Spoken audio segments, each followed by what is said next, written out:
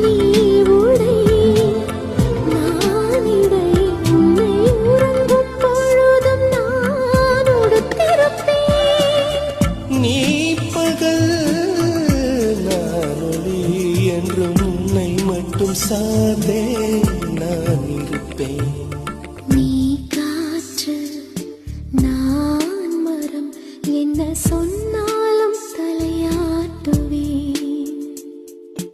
நீ மழை நான் பூமி எங்கு விழுந்தாலும் ஏந்திக் கொள்வேன்.